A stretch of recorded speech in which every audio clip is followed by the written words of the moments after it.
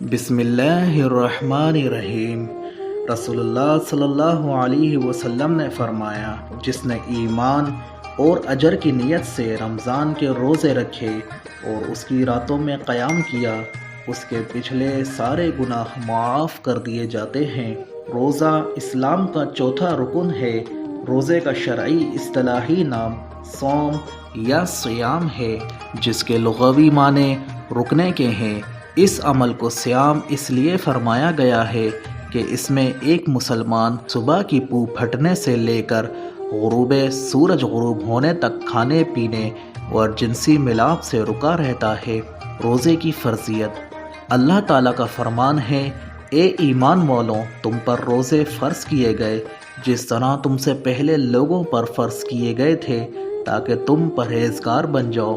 اس ارشاد مبارکہ سے ثابت ہوتا ہے کہ ہر عاقل، بالغ، تندرست اور مقیم مسلمان مرد اور عورت پر رمضان کے سارے روزے رکھنا فرض ہے۔ بیمار اور مسافر روزے چھوڑ سکتے ہیں، مگر بیمار تندرست ہونے پر اور مسافر گھر آنے پر چھوڑے ہوئے روزوں کی تعداد بعد از رمضان پوری کرے۔ روزے کے سلسلے میں جو احکام و ہدایات قرآن مجید اور صاحب قرآن نے دی ہیں، ان پر نظر ڈالنے سے معلوم ہوتا ہے کہ روزہ متعدد دینی اہمیتوں کا حامل ہے، جن میں سے کچھ کی حیثیت ظاہری اور کچھ کی باطنی ہے۔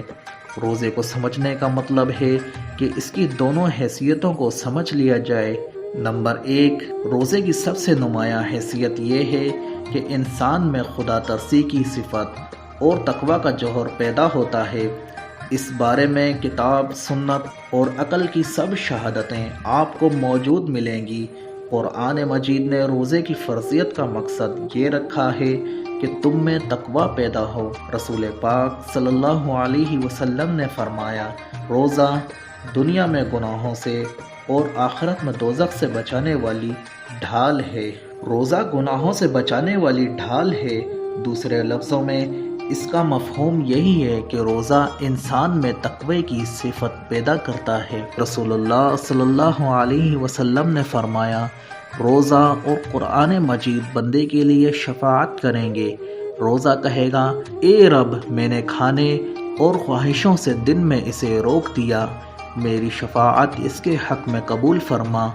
قرآن مجید کہے گا، اے رب، میں نے اسے رات میں سونے سے باز رکھا، میری شفاعت اس کے بارے میں قبول فرما۔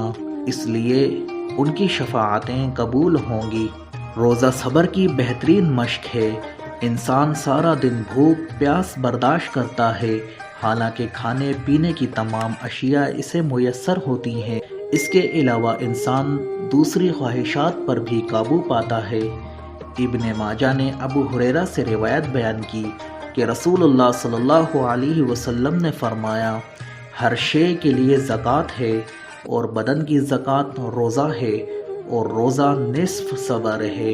ابن عمر رضی اللہ تعالی عنہ کی روایت ہے کہ رسول اللہ صلی اللہ علیہ وسلم نے فرمایا، اللہ کے نزدیک اعمال 7 قسم کے ہیں، 2 عمل واجب کرنے والے اور 2 کا بدلہ ان کے برابر ہے، اور 1 عمل کا بدلہ 10 گنا، اور 1 عمل کا معاوضہ 700 ہے، اور 1 وہ عمل ہے جس کا ثواب اللہ تعالیٰ ہی جانے۔ ابو سعید خدری رضی اللہ تعالی عنہ سے روایت ہے کہ نبی کریم صلی اللہ علیہ وسلم فرماتے ہیں، جس نے رمضان کا روزہ رکھا اور اس کی حدود کو پہچانا اور جس چیز سے بچنا چاہیے اس سے بچا، تو جو پہلے کر چکا ہے اس کا کفارہ ہو گیا۔ مطلب یہ ہے کہ رمضان شریف کی راتوں میں قیام کیا۔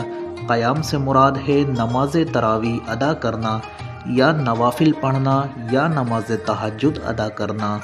قیام کا مطلب ہے کہ کھڑے ہونا، یعنی رات کو کھڑے ہو کر نوافل ادا کرنا۔ سارے عوامل قیام میں شامل ہیں۔ حضرت ابو ہریرہ رضی اللہ تعالی عنہ سے روایت ہے کہ حضور اقدس صلی اللہ علیہ وسلم نے فرمایا، جو ایمان کی وجہ سے اور ثواب کے لیے رمضان کے روزے رکھے گا، اس کے اگلے گناہ بخش دیے جائیں گے، اور جو ایمان کی وجہ سے اور ثواب کے لیے رمضان کی راتوں کا قیام کرے گا، اس کے اگلے گناہ معاف کر دیے جائیں گے، اور جو ایمان کی وجہ سے اور ثواب کے لیے شب قدر کا قیام کرے گا اس کے لیے اگلے گناہ بخش دیے جائیں گے۔